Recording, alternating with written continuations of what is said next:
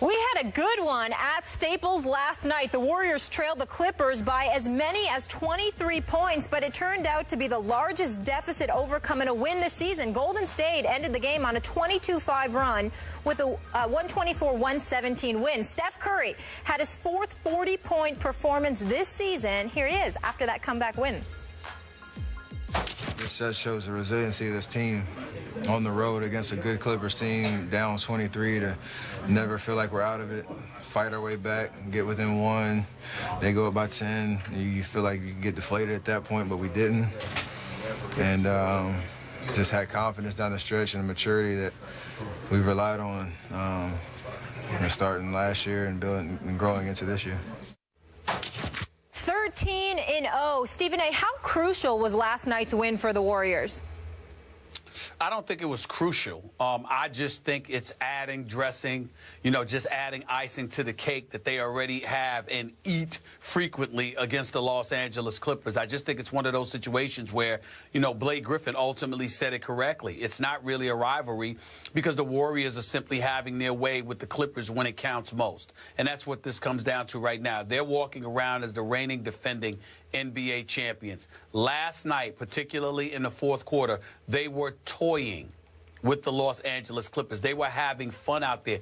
That's the scary part about the Golden State Warriors right now. Steph Curry iced it up. I mean, when Chris Paul was absolutely displaying his greatness, going ballistic, when Steph Curry was on the bench in foul trouble, you just saw Steph Curry.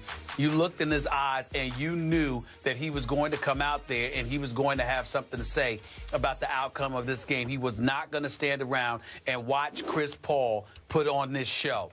Steph Curry showed why he's the league MVP. It wasn't because of his numbers. It wasn't because of the 40 or what have you. It was because you saw that he personalized the challenge that was standing in front of him, and he conducted himself accordingly. And then you saw the troops around him. They didn't just play role as spectators. They joined in on the party. Andre Iguodala, Harrison Barnes, Klay Thompson with that step-back three, which was a beautiful shot on his part. You just saw these guys stepping. Draymond Green, even undersized, playing the five, being as feisty and competitive as he is, a Tom Izzo kind of guy. You just saw all of that, and you just marveled at it, and you just said to yourself with the Clippers, they have, what are you going to say after this? You're up on your home turf by 23 to the undefeated, reigning, defending NBA champions, and you have a 10-point lead with 5 minutes left, and you still end up losing that game.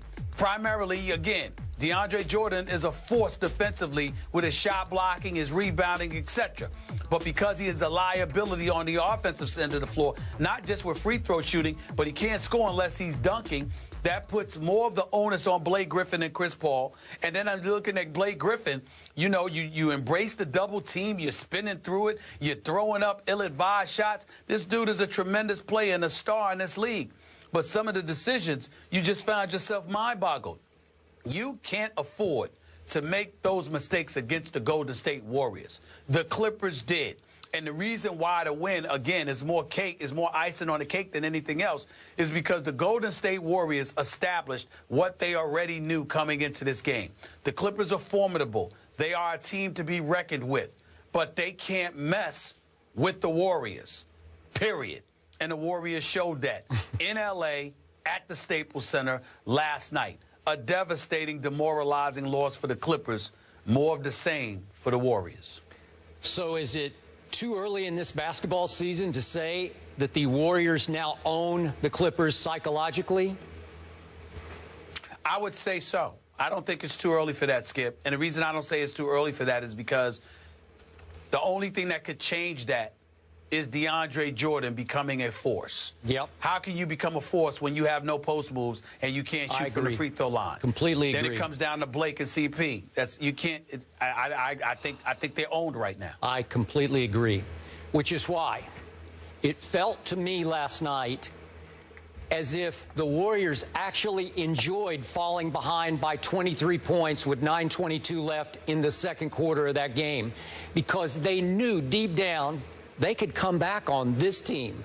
And they knew deep down if they did come back and beat this team in its house, from 23 down would crush what's left of their confidence against the Warriors. And that's exactly what they began to do.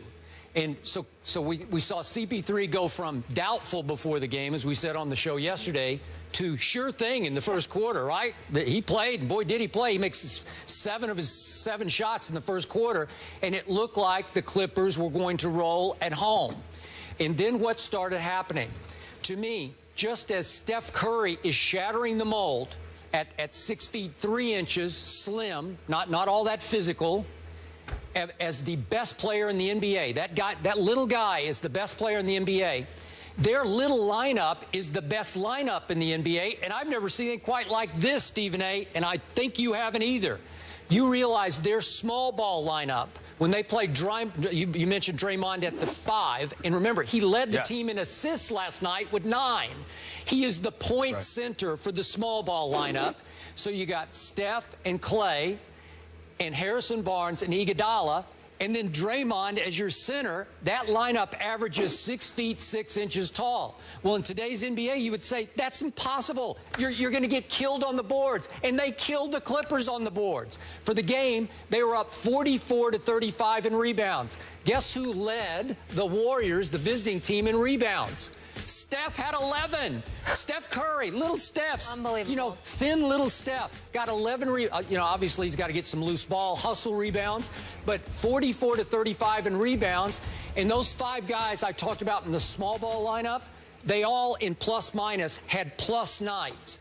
And the 3 Warriors big guys, Bogut, Ezeli, Spates, the 3 big guys, all had minuses in plus minus. So they're way better off when they play their little lineup with their little point guard Steph as the MVP of the league. And he looks like he's well on his way to winning back-to-back MVPs.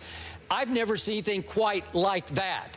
I'm running out of superlatives here, but this team, when it came crunch time in the fourth quarter, I don't know if you looked at the box, Stephen A., they made 8 of 9 3-point shots in the fourth quarter. It's like, watch this. Right. We got you here. Steph makes 3, and, you know, Clay makes a couple, and Iggy makes a couple, and they just shoot you out of your own gym. It's unbelievable what they're doing.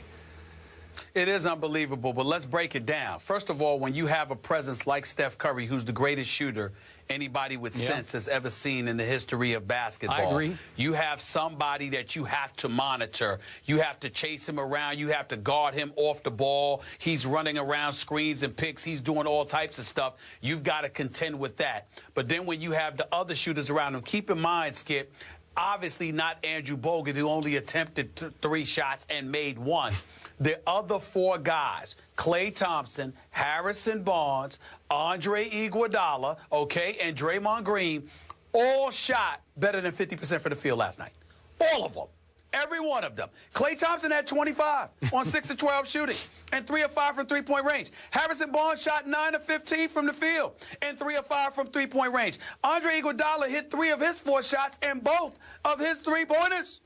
And Draymond Green hit 7 of 9 shots. So this level of marksmanship, now obviously they can shoot a little bit, but what helps is that a lot of their shots are open because of how well Steph Curry balls, not just as a shooter, but as a ball handler. You have to watch him so desperately that he ultimately gets a shot to the open man. And even when Draymond Green or somebody else has an open shot, because all eyes are on Curry, somebody else is open. So when they think that the assists are a little bit deceiving, because it ain't that. Look, I can average 10 assists for the Golden State Warriors. Just give it to somebody when you walk past half court and watch them shoot. I mean, it's really that simple with these guys. I mean, they're that good in terms of shooting the basketball. But I think, Skip, where you and I need to really point this out on this show, Skip Bayless, I got to look at Doc Rivers. That's my man. You know how much we love Doc Rivers. But the 19-point lead that you gave up by getting outscored 49-9 in Game 6 of that Western Conference semifinals in L.A. Agree.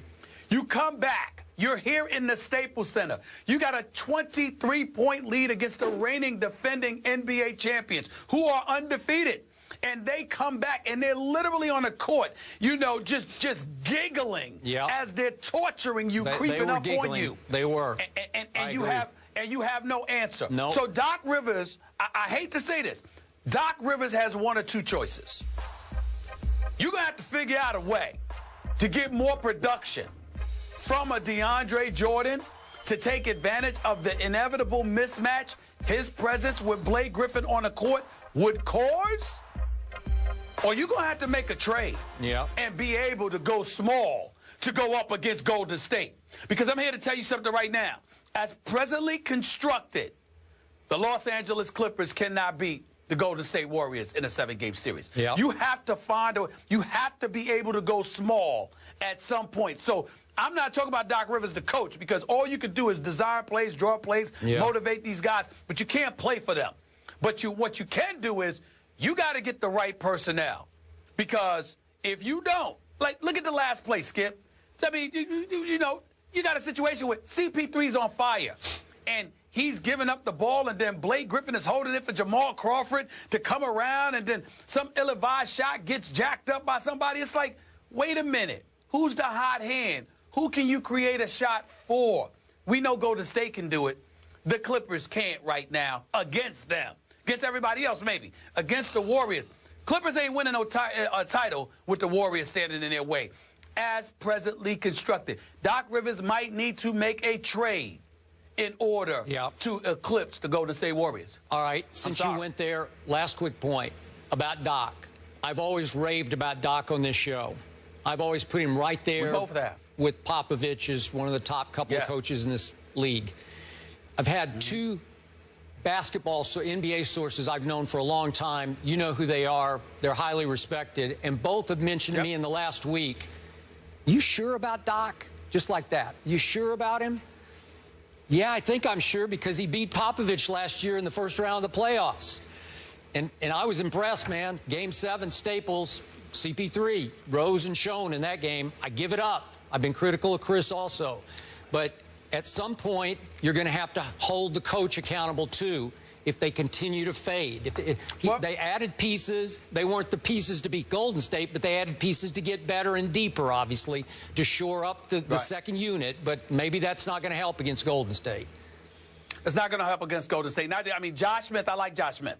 I like Lance Stevenson when he keeps his head on straight. We all know Paul Pierce to be the champion that he is. He was the one that jacked up the shot, driving into the lane off balance, you know, going to the left side of the rim from the right side. I didn't put him in the strongest position. But here's the deal. That's a unit that can supplement your horses. They can't be your horses and beat Golden State. And so when you talk about Doc Rivers, I don't have any questions about Doc Rivers, the coach. Just like I have no questions about his assistants and Sam Cassell and Mike Woodson. Them brothers know what they're talking about. They know basketball. I agree. The problem I have with right now is, if anybody wants to question anything about Doc Rivers, it's Doc Rivers, the GM.